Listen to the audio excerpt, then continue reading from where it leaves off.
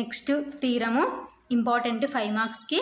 If f maps closed interval a comma b tends to r is a function such that f of x is derivable at c belongs to open interval a comma b,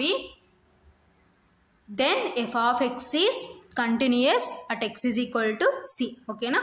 so ఏం చెప్తున్నాం మన థీరము, if f maps closed interval a comma b tends to r is a function, okay na, such that f of x is derivable at c belongs to open interval a comma b, then f of x is continuous at x is equal to c. So అయితే f of x continuous అవుతుందని చూపించమంటున్నారు ఇక్కడ at x is equal to c దగ్గర. ఓకేనా. Proof given f of x is derivable at c belongs to open interval a comma b. So మన క్వశ్చన్లో అదే కదా ఇచ్చింది మనకి, కాబట్టి given f of x is derivable at c belongs to open interval a comma b. ఓకేనా. therefore so derivative definition ప్రకారం f of x is derivable at c belongs to open interval a comma b అయిందంటే therefore so మన derivative definition ప్రకారం ఏం రాసుకోవచ్చు, therefore f dash of c is equal to limit x tends to c f of x minus f of c divided by x minus c. This is equation 1. Okay na. So next, now we show that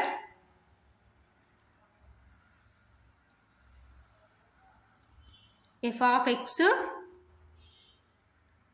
is continuous at x is equal to c. So ఇప్పుడు మనం ఏం prove చేయాలంటే f of x is continuous at x is equal to c అని prove చేయాలన్నమాట. ఓకేనా. So we show that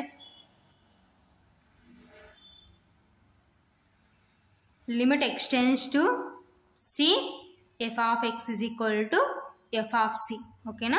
so దీని meaning ఏంటి, we show that f of x is continuous at x is equal to c meaning ఏంటంటే we show that limit x tends to c f of x is equal to f of c అని prove చేయాలన్నమాట. So take, so ఇప్పుడు మనం ఏం తీసుకుంటున్నామంటే take f of x minus f of c that is equal to f of x minus f of c divided by, so నేను ఏం చేస్తున్నానంటే x minus cతో multiplication చేసి division చేస్తున్నాను అనమాట.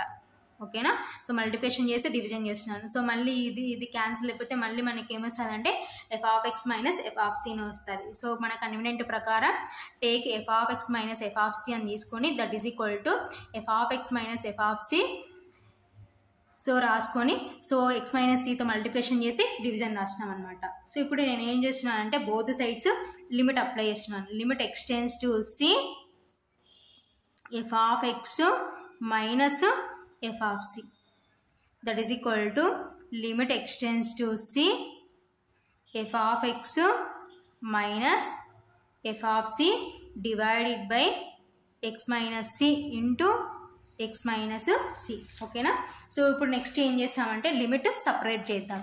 That is equal to, so ఇక్కడ x ఉంది ఇక్కడ x ఉంది కాబట్టి లిమిట్ సపరేట్ చేస్తే that is equal to limit x tends to c f of x minus f of c divided by x minus c into limit x tends to c x minus c.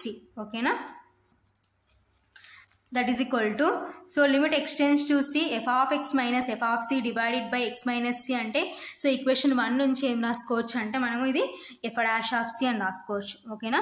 So f dash of c into, so ఇక్కడ limit remove చేస్తే x ఉన్న చోటంతా c replace చేస్తే c minus c since from equation 1.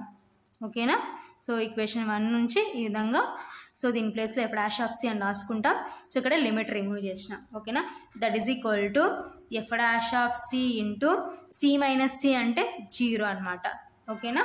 So that is equal to, so f dash of c into 0 ఏమవుతుందంటే 0 అవుతుంది అనమాట. Therefore limit x tends to c f of x minus f of c is equal to 0.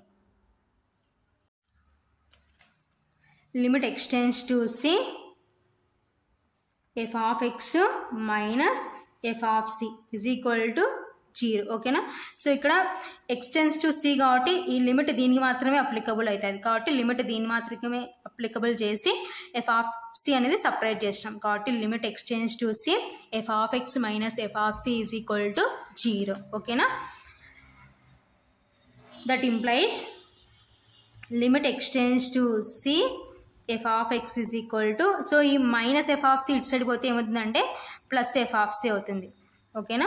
There four so ఫైనల్గా మనం prove చేయాల్సింది ఏంటి, limit x tends to C F of X is equal to f of c. ఇదే కదా మనం ఫైనల్గా prove చేయాల్సింది కాబట్టి therefore f of X is continuous at x is equal to c అనమాట.